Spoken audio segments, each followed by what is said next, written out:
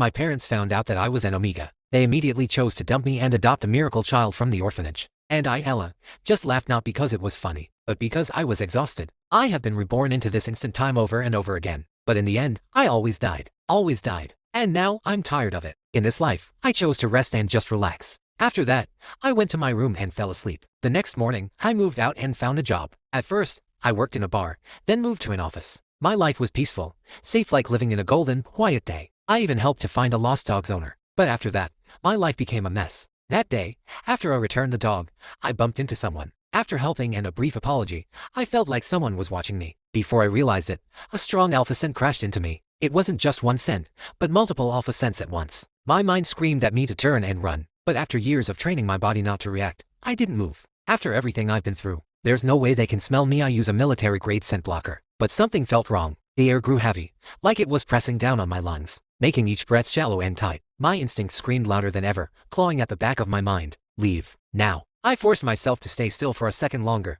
just enough to steady my breathing. Panic would only make it worse. Panic would expose me. Then I stepped back. One step. Slow. Careful. I kept my head down, avoiding eye contact, pretending I was just another passerby. My hands curled slightly at my sides, nails digging into my palms to keep myself grounded. Another step. The scent was still there, strong, overwhelming, too close. They were near. Too near. I turned slightly, just enough to change direction without drawing attention, and began to walk away. Not too fast. Not too slow. Just enough to blend in. But the feeling didn't disappear. If anything, it got worse. Like eyes were locked onto me, watching, following. My heartbeat quickened despite my efforts, each pulse loud in my ears. Don't run. Don't react. Don't give yourself away. I repeated it like a mantra. Yet the pressure behind me shifted. Closer. A faint sound of footsteps echoed.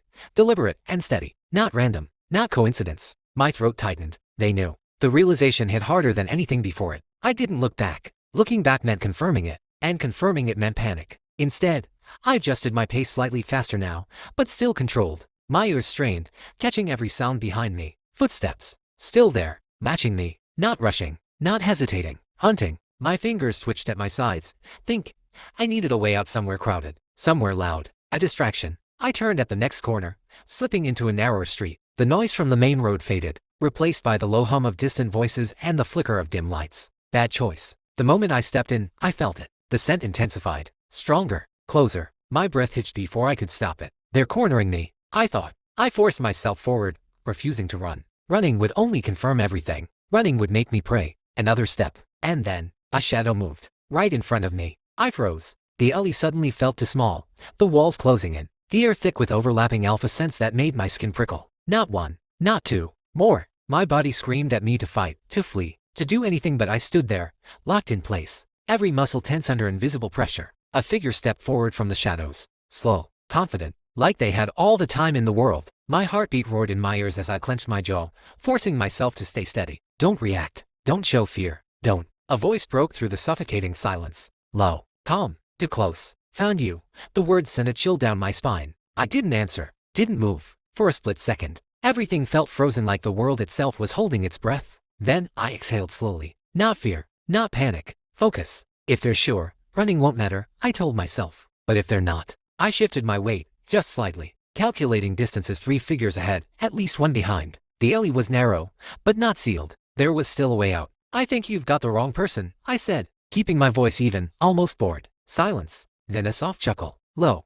Amused. Do we? The pressure spiked. Too fast. Too sudden. Before I could react, one of them moved, blocking the path ahead completely. So that's how it is. No more pretending. My fingers tightened, nails biting into my skin as I forced my body to stay under control. No scent.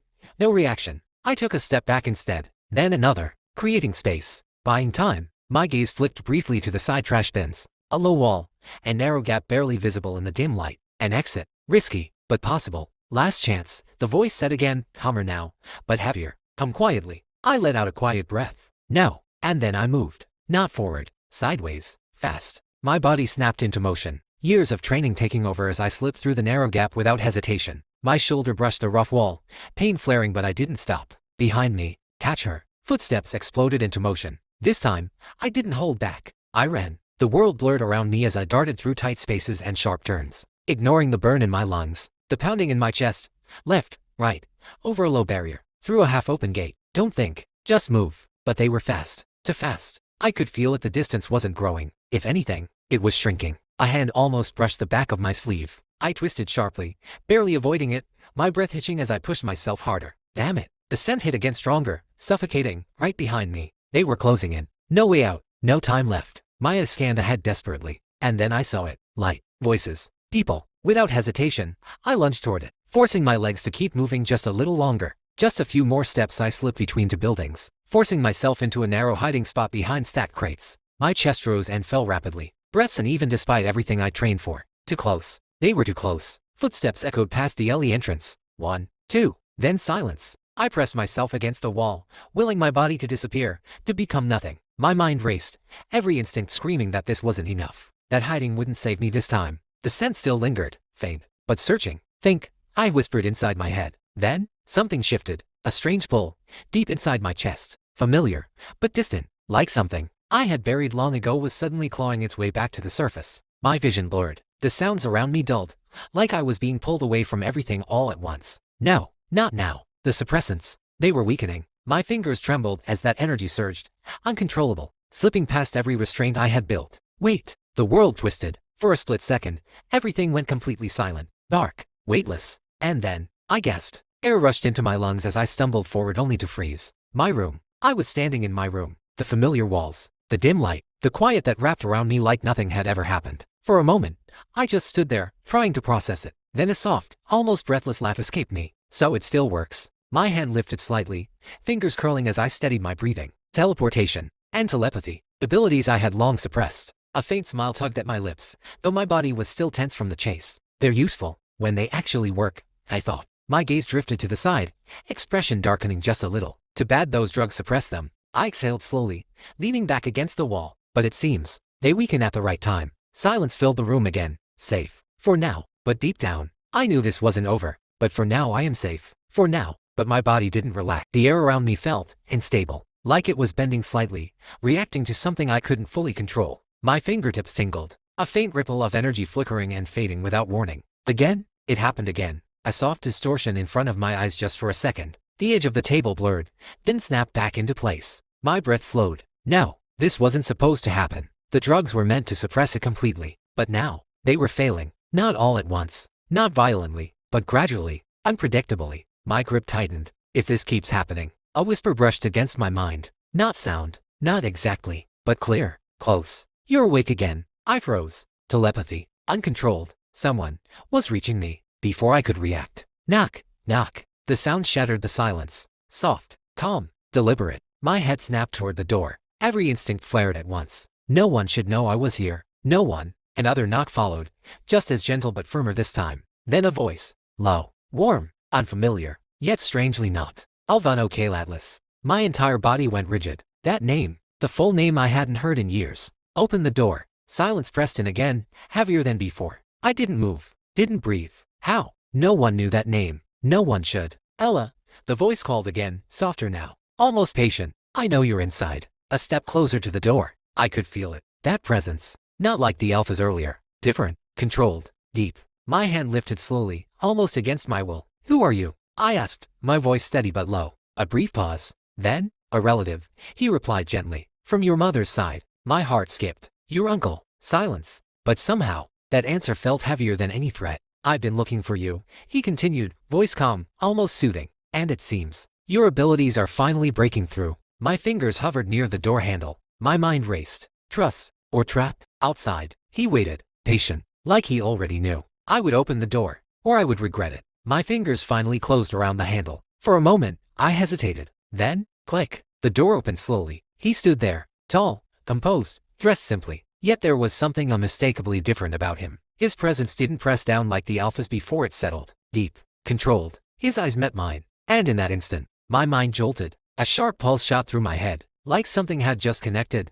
I staggered back a step. Careful, he said softly, stepping inside without waiting for permission. Your control is slipping. The door closed behind him with a quiet sound. I stared at him. You're the one who reached into my mind. Not a question, a statement. He didn't deny it. Instead, he studied me calm, measured, almost relieved. You felt it, he said. Good. That means it's returning faster than I expected. My chest tightened. Returning. So it's true. At that, his expression shifted just slightly. Not failing, he corrected gently. Wearing off. Silence. That word felt worse. Blue suppressants were never meant to last forever.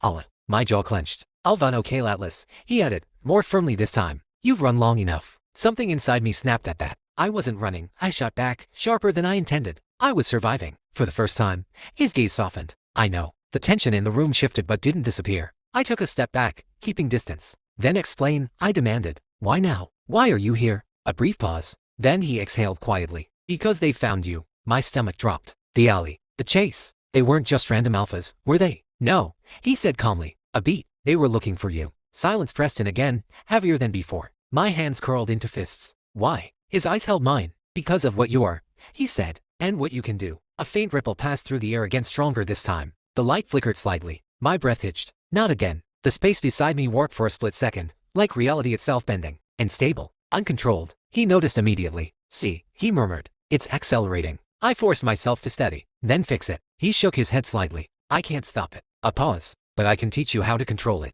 My heart pounded. Trust him. Or not? Before I could decide, a sudden pressure slammed against my senses. Sharp. Familiar. Alpha scent. Close. Too close. Maya snapped to the window. They're here, I whispered. The man, my uncle, didn't look surprised. Faster than I thought. He turned back to me, voice still calm but now firmer. Ella. I froze. Choose.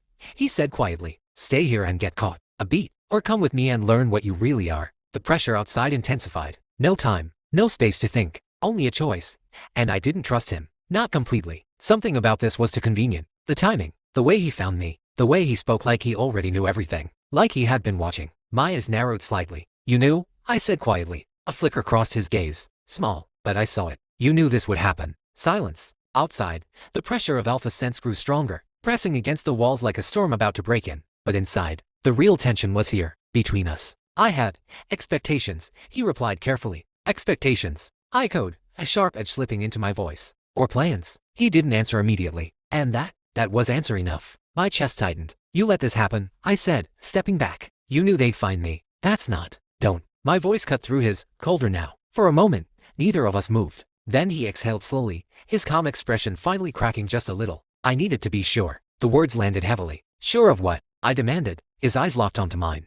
That your abilities would return. Silence. Everything inside me went still. So you used me as bait. It wasn't a question. This time, he didn't deny it. I monitored the situation. He said, tone low, controlled. You were never in real danger. A short, humorless laugh escaped me. Not in danger, I repeated. I was being hunted. And you survived. That did it. A sharp pulse of energy burst from me, uncontrolled, sudden. The air warped violently. For a split second, the room flickered. Gone. Back. Gone. I stumbled, grabbing onto the edge of the table, as my vision split into fragments of different places. My room. The alley. Somewhere dark I didn't recognize. Unstable. Too unstable. Ella. His voice cut through it, firmer now. Focus. I am focused. I snapped, breath shaking. This is your fault. The pressure outside surged again, closer now. Too close. A loud thud hit somewhere beyond the door. They were here. My heart pounded as I looked back at him. You don't get to control this, I said, voice low but trembling with restrained anger. Not me, not my abilities. Another distortion rippled through the air, stronger this time. My body felt light and anchored, like I could disappear again at any second. His expression sharpened, calculating now, not just calm anymore. Then you have even less time to decide, he said, because if you lose control like this, a crack formed along the wall, thin but real. You won't just expose yourself. The air twisted again, harsher, dangerous. You'll tear everything around you with you. Silence. Heavy. Suffocating. Outside. Another impact. Closer. My breathing slowed. Not calm, but controlled. Barely. I met his gaze again. No trust. No fear. Just a choice I refused to let him control. If I go with you, I said slowly, it's not because I trust you. A pause. It's because I don't have time to deal with you and them at the same time. For the first time, a faint, knowing smile touched his lips. That's enough. The pressure outside peaked. The door handle rattled. My pulse spiked, and the space around me began to fold again. The door handle rattled violently. They were breaking in. My pulse spiked as the space around me warped again, stronger and stable, ready to snap at any second. Now, Allah, he said sharply. I didn't answer. I acted. The air twisted, and the world shattered. Cold. Silence. When my vision cleared, I staggered forward, nearly collapsing as my knees hit the ground. Grass. Soft. Damp. Grass. I lifted my head slowly. This place. I knew it. The sky stretched wide above me, painted in quiet shades of dusk. The wind moved gently, carrying a scent I hadn't felt in years. Familiar. Painfully familiar. No way, I whispered. My chest tightened. This wasn't just anywhere. This was home. Not the room I rented. Not the life I ran to. But the place I had lost.